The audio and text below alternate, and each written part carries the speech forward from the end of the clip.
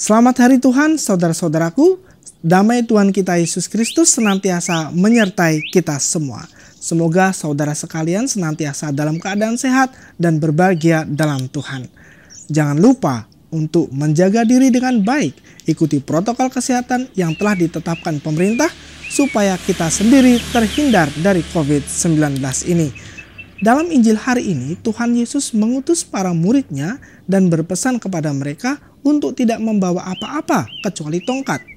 Bagaimana kita bisa menerapkan perutusan ini dalam hidup kita saat ini, terlebih dengan situasi pandemi seperti sekarang ini? Bersama dengan saya, Romo Argo, di channel Heavenward.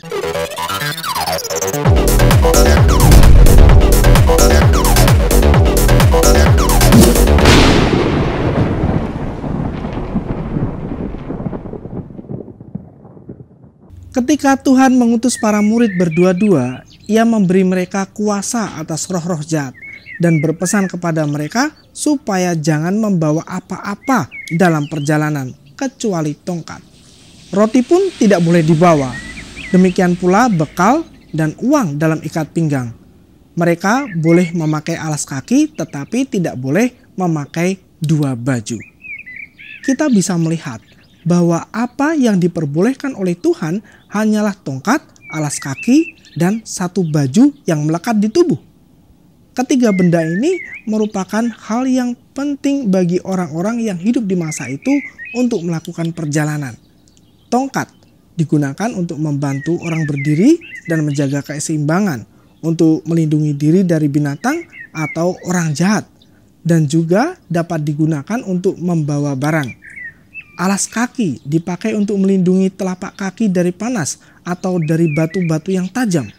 Dan pakaian dipakai untuk melindungi badan. Dan tentu saja orang yang normal tidak mungkin berjalan dengan tubuh telanjang. Bagi kita sekarang, ketiga benda tadi merupakan sebuah simbol penyertaan Allah dalam perjalanan hidup di dunia ini, yang mana Allah lah yang paling penting dalam hidup. Sedangkan roti, uang, emas atau perak, dan baju cadangan menyimbolkan kelekatan-kelekatan duniawi yang seringkali malah menghalangi manusia untuk menyandarkan diri sepenuhnya kepada Allah. Allah menginginkan kita untuk mengandalkan Dia sepenuhnya dalam segala situasi dalam hidup kita. Dia ingin menjadi satu-satunya kekuatan dan sandaran kita, menjadi satu-satunya kepada siapa kita mencari perlindungan. Seringkali anak-anak Allah terlalu bernafsu mencari penopang-penopang duniawi seperti harta, jabatan, dan kesuksesan duniawi lainnya, sehingga melupakan Tuhan Allah mereka. Mereka lupa akan hal-hal yang berkenaan dengan hidup kekal dan malah memusatkan perhatian mereka kepada sesuatu yang sifatnya sementara. Dan ketika semuanya itu hancur, mereka kehilangan pegangan hidup, kecewa, marah, depresi, bahkan sampai melakukan tindakan bunuh diri. Jeleknya, lagi-lagi Tuhan yang dipersalahkan dalam kegagalan mereka untuk mengejar dunia.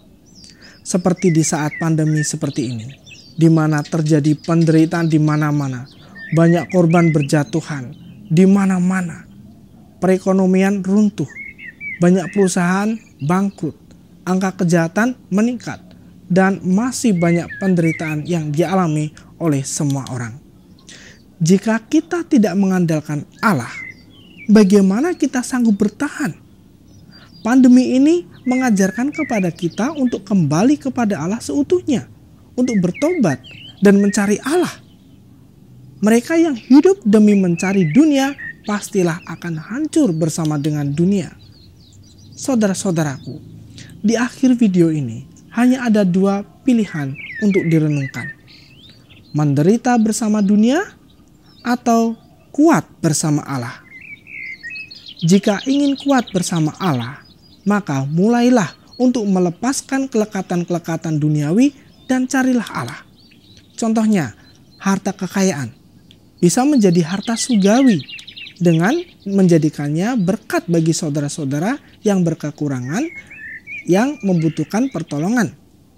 Bukan hanya dikumpulkan untuk memuaskan dirinya sendiri. Atau contoh lainnya, jabatan. Menggunakan jabatan untuk menegakkan kebenaran dan keadilan, bukan untuk memanipulasi dan menguasai, namun untuk melayani. Mari kita renungkan bersama. Dan kiranya kita menjadikan Allah satu-satunya andalan kita. Tuhan Yesus mengasihi kita semua.